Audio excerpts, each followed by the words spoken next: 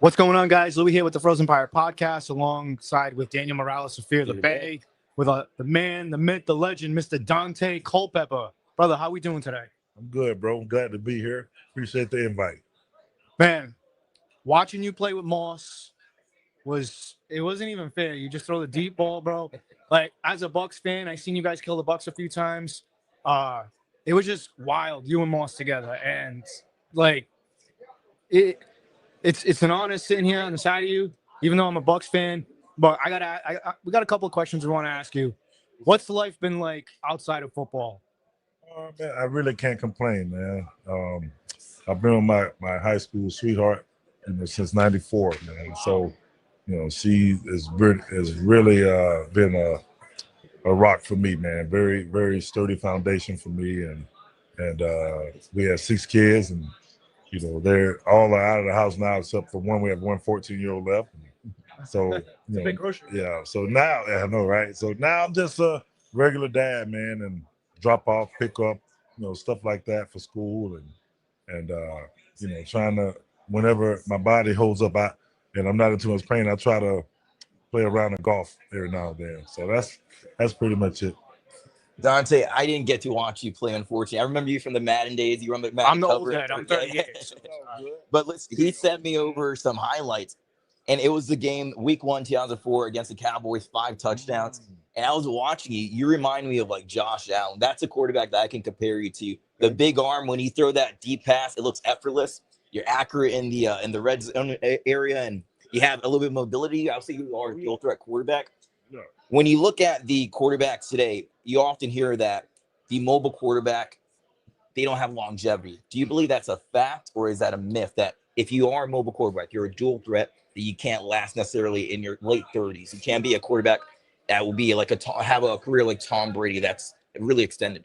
I think it's a myth. I think as a quarterback, any quarterback that makes to the NFL level and even college, and you have to have mobility, and you want to be able to adjust and make plays with your feet. But your number one job is to move the ball down the field, whether that's passing or running. Myself, I took pride in the passing game of being very accurate. In college, I had the college record, the national record for completion percentage my senior year. And I think I attributed that to focusing on being accurate, putting the ball in the right places on different passes, different throws. And then when everything breaks down and the defense, because they get paid too, yes, when they have your number and everything's covered, now you want to have the ability to make a run or get the first down running or however you need to do to move the chain. I got to ask you. So you played up against a lot of teams, a lot of tough defenders. Who was the hardest? Who gave you the hardest hit where you just like, it was like a kind of come to God moment, like, oh boy, like, damn. I mean, honestly, bro, you can look at my film. I never ever took a lot of crazy shots. I always would turn my shoulders. I was good enough athlete to make a guy miss. But I would say the best defensive player, I played against a lot of greats, but the best defensive player I played against in my life, played him 2 times in college, my junior, senior year in college. Then he got drafted the same year as me to the Chicago Bears in the same division by the name of Brian Urlacher. Yeah. He was an absolute There you go, James. beast. My boy, he's a huge Bears fan. Urlacher's not only one of the best defensive players I played against, he's one of the best athletes I played against, because a lot of people don't know he was a free safety in college. When we played him, he was a safety. And he was a safety in college? I didn't know that. And he ran punts back. This dude was phenomenal, man. He's a great athlete. I don't think his athleticism doesn't get talked about enough, in my opinion, because he's such a great linebacker. He could have played other positions. He was great. Wow, that's crazy. I didn't know that about Brian Urlacher. He has a son now, I believe, at USC, I believe, but he has a son. I don't know, but I'm pretty sure he probably is good too. Go ahead, Danny. Daunte, if you were a GM and you're looking for a quarterback to draft in the first round, you're a franchise quarterback, what are the intangibles? What are you looking for that make you say, that's my guy right there? Well, it's a lot of things. I mean, knowing that he's already, one of the top players in the country, obviously, but I want a guy that's first smart. Yeah.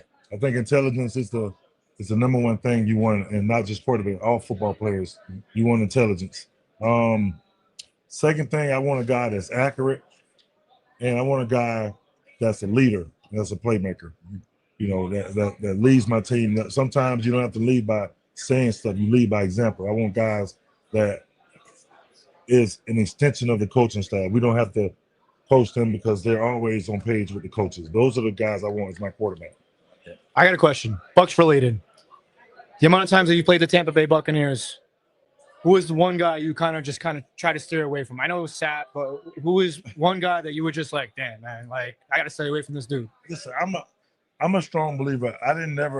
There was nobody that I ever said, you know what, they're so good, we're not going to throw the ball their way or we're not going to run their way. Because I believe you got to make guys do their jobs. You know what I'm saying? Because nobody's perfect. And you know, as a player, I knew that. But I didn't like to give guys so much credit that we don't throw their way, because sometimes you need to, because they make mistakes too. But I always told my coaches, look, don't game plan to stop this, to go against this one guy. Game plan, let me read it out, let me read the defense, and then we adjust accordingly. You know what I'm saying? Because I know all the guys are great players on defense most of the time. But, I mean, guys that you paid attention to, obviously, was Warren Sapp, you know, Derrick Brooks. He popped off with his mouth a lot, Sapp, didn't he? You know, Sapp was great for the game. He was a great comparator. That's one of my good friends, man. Were you one of those guys that talked back? Of course. I say some stuff back if I feel the need to. But that wasn't my number one goal. Wasn't to go out there and get in a shouting match with guys. Mm-hmm. My number one goal was to get the win. Yep. And then in that, sometimes you have to, you know, say some things and try to ruffle somebody's feather, get a unsportsmanlike conduct from a guy or something like that. You know, it's easy to get those guys like that. You get them talking, next thing you know, they get a late hit penalty and you get 15 yards on them. They get too much in their feelings sometimes, so I can see why. Absolutely. Absolutely. Daunte, last question for me. What is the thing that you missed most? We talked to BJ Upton, former baseball player. He missed the locker room. For you, what is that thing that you missed the most? Absolutely, the locker room, the camaraderie with the players. I don't miss. I miss the competition as well, obviously, but I don't miss waking up feeling like I've been in a car accident the day before, you know. And that every single game I ever played in, I felt that way the next day, and that was just a part of the game.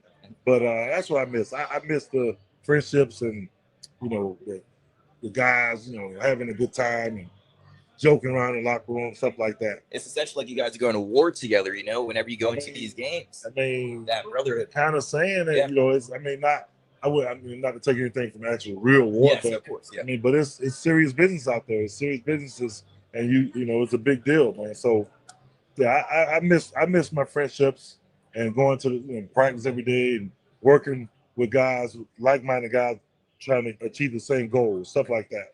So now I just play golf, and that's my competition now. I've tried to play golf, man. I get too frustrated. I used to do like a lot of boxing, jiu-jitsu, and stuff like that. Golf is way harder than that. I feel like it's crazy. It's a crazy thing to say, but it's true. Golf is so frustrating for me. Like it's one of those things. You go to the driving range. For me, I was launching them, and then I went on an actual golf course and I tried the same thing. I'm like, this isn't working out. I'm like, I'm done. I gotta ask you. You know, we'll get you out of here. A couple more questions. Are you a sneakerhead? No. I mean, I wear Air Force Ones. I like my Air Force One, my white Air Force Ones crisp. I like my black ones crisp, and you know, I put on some shoes. I'm not a big sneaker guy. I feel like now that I'm 38, I used to be a big sneaker guy. Jordans. I actually wound up selling a lot of them. I'm cool with Dunks now. I don't know. Maybe it's because I'm getting older now. I don't. That's a young man's game now. Yeah. The sneakers, and it's just crazy. Question that I always ask all athletes. I have a lot of different songs on my phone, playlists, stuff like that. I have a couple embarrassing songs on there. What's the most embarrassing song where people would be like, Daunte Culpepper doesn't have that on his playlist? What's the most embarrassing song you have on your phone right now? People will be like, what? I don't have any. I wouldn't say embarrassing. I mean, I like all types of genres and all type of music. Probably, I mean, I don't know. What's the girl born in the USA? Oh, Miley Cyrus. Miley Cyrus. You know, my kids heard me listen to that one day. They were like, Dad, what are you listening to that for? I mean, but I like all types of music. So that, I mean, I guess some people will probably make fun of me for listening to that song. I go from Nipsey Hussle to Johnny Cash to Korn to Social Distortion to Tupac to Drake, like whoever it is. I'm from Ocala. So when I grew up, we didn't have a lot of hip hop stations. Right. So we had to listen to like pop or the country music. So I mean, I like a lot of country artists and a lot of I like wide variety, even heavy metal, all that. I like. Yeah, same thing. Like I just started getting into country music. My girl got me into Morgan Wallen and stuff. We actually just went to Nashville for her birthday. Nice. My liver took a little bit of a beating. I actually decreased the drinking because of that. Can't recover. I didn't recover from that too well. We went to the Johnny Cash Museum and we took a picture. It was supposed to be like this nice picture. My face was like swollen. I was so hungover. I'm like, I can't do this anymore. Last question from me.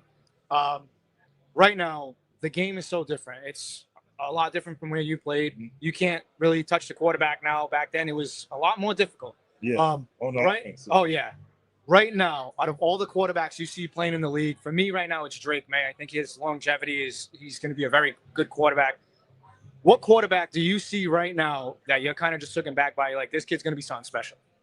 Oh, man, I think I respect all the quarterbacks that make it to the NFL. First off, before I say, Drake Maye is having a great year.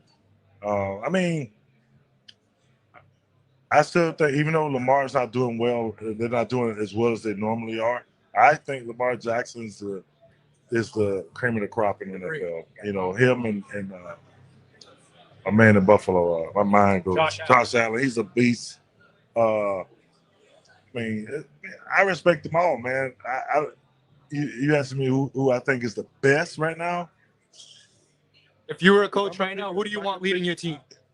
Give me Lamar. If everybody's gonna do their job around him, give me Lamar Jackson. We saw what happened with the Ravens when Lamar went down. He is the MVP of that team. Quick question, real quick, and I'll let you out of here. What's your take on Baker Mayfield? And because we've seen, it's not an easy task. He lost a lot of weapons this year. Mike Evans, Chris Godwin, Jalen McMillan, Bucky Irvin. That's a tough task to go out there and really game plan and try to do stuff. What's your take on Baker Mayfield and his style of play? I love the way he plays the game. He's a winner. He's a baller. And he's one of those guys that if everybody does their job around him, he'll be successful. He has every skill, and he has those unseen intangibles that, you know, he's a great leader. He gets guys fired up. And I like watching him play. Daunte, Dan, you have any questions? Good. No. Yeah, man. Honestly, brother, I appreciate you so much. Thank you for doing this, man. And good luck to you and everything you do. Appreciate it. I'll tag you in this, man. You got the Instagram? All right, man. I'll tag you in this, man. And if there's anything you want to promote, go right ahead. Anything you want to promote, man. Hey, man. Hey, lead with love. Everybody lead with love, my man. God first. Peace.